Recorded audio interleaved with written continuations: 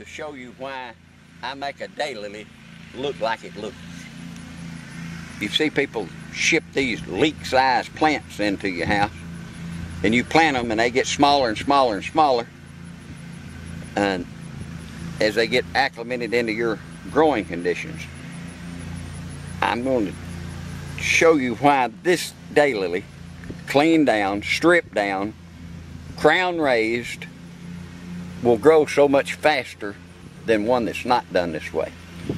This daylily here, peach magnolia, has been planted about 8 weeks. And I'm going to dig it, and then we're going to look at the root system on it. You can stop it.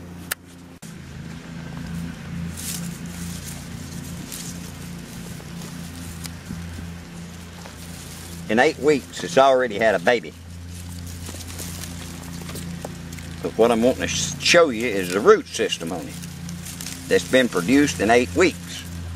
If I get over here and wash it off, you'll see it a lot better.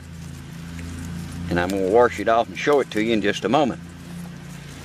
All daylilies, once you transplant them, has to put out new roots. And all the roots come from the top of the crown. And I'm going to show you in this video how to make these roots come out much quicker. Planted without being stripped down. And you'll see all the dying leaves on it. It's going to survive, but it's just going to take it a lot longer than 8 weeks to look like this, because the plant is struggling trying to keep all this foliage green. If I cut it off like this plant, it doesn't have to struggle keeping it green. I've done cut it off and threw it on the ground. This daylily will just start thriving and putting out new roots. Here's the tools that I use to strip these daylilies down. It takes several minutes, and most growers just won't take the time to do this and probably don't know the benefits of doing it. We're going to take some of this mud off.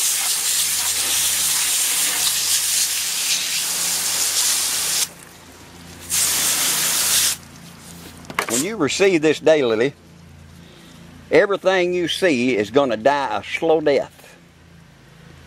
So the quicker I can make it grow back, the better it's going to perform in your garden and start clumping up.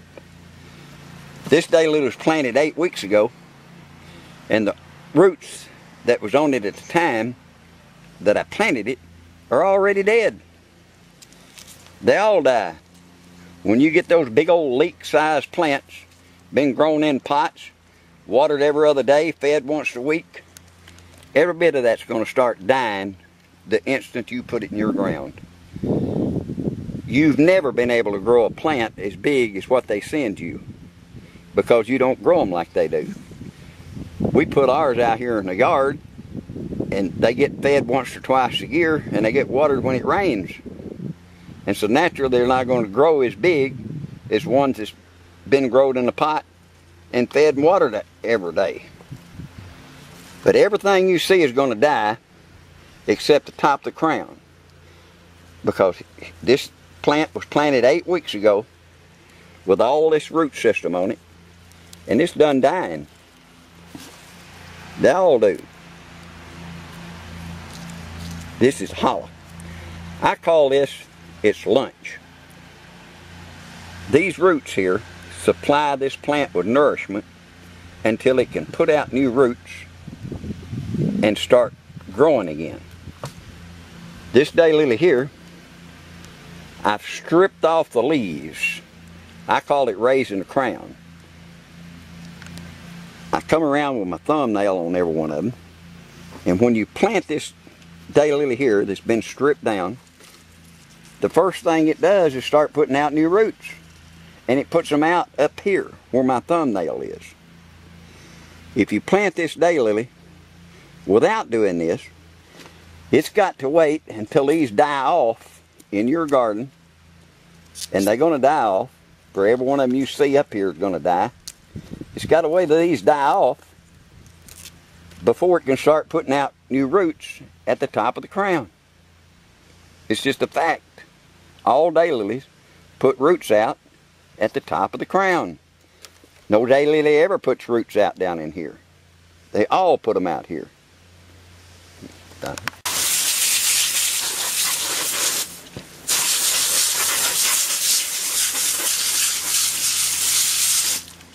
Get all this stuff off of it, because your bacteria and stuff, and it's rotting. Every plant you'll ever plant does the same as this one. I cut that off. Get it away from the plant. This right here then can scab over like it did 2 months ago, and it'll start growing up again. Removing all this just helps the daylily not get crown rot. These outer leaves, I stripped them off. You can see where they was. You remove them outer leaves, and that raises the base of this crown right here.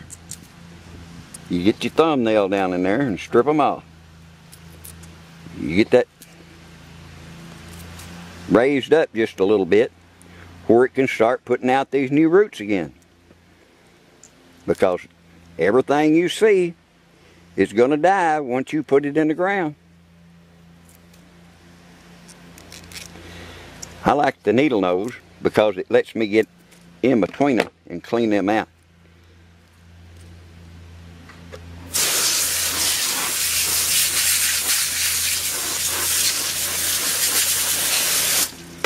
Now that's a dressed down daylily that once you plant it, you'll see it start growing overnight. Within 3 days, you'll definitely see a lot of growth. And we're going to look over here at some that I planted 2 days ago and yesterday. Some of them been in the ground 2 days, some of them been in the ground 1 day. Lilies that were planted 2 days ago, you can already see the growth that's starting to form on that plant in 2 days. Here's where I cut it off. You can already see what I left is dying. The roots are dying underneath the ground, and all this top is dying above the ground. The new growth is what's going to perform in your garden. And the quicker we can make it start performing in your garden, the better that daylily has a chance of living, thriving, and blooming. Here's another one right here. Just planted the day before yesterday. Done got all this growth on it. Now these were leek-sized plants. These came from southern Georgia, fed, watered every other day. They were huge plants when I got them in. But by the time I got stripping them down, they look just like what I ship. And every plant we get in, we strip it down. Because just in another week or 2, 3, this will start producing babies. And the more babies we get, the more we get to sell. Shine out through here. Down here is some that was just planted yesterday. They've been in the ground less than 24 hours. And you can see them done growing in 24 hours.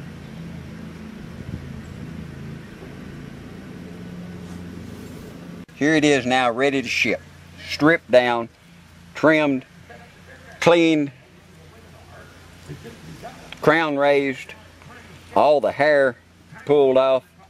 It's ready to plant. And within 2 to 3 days, the thing will be a growing. Thank you for watching.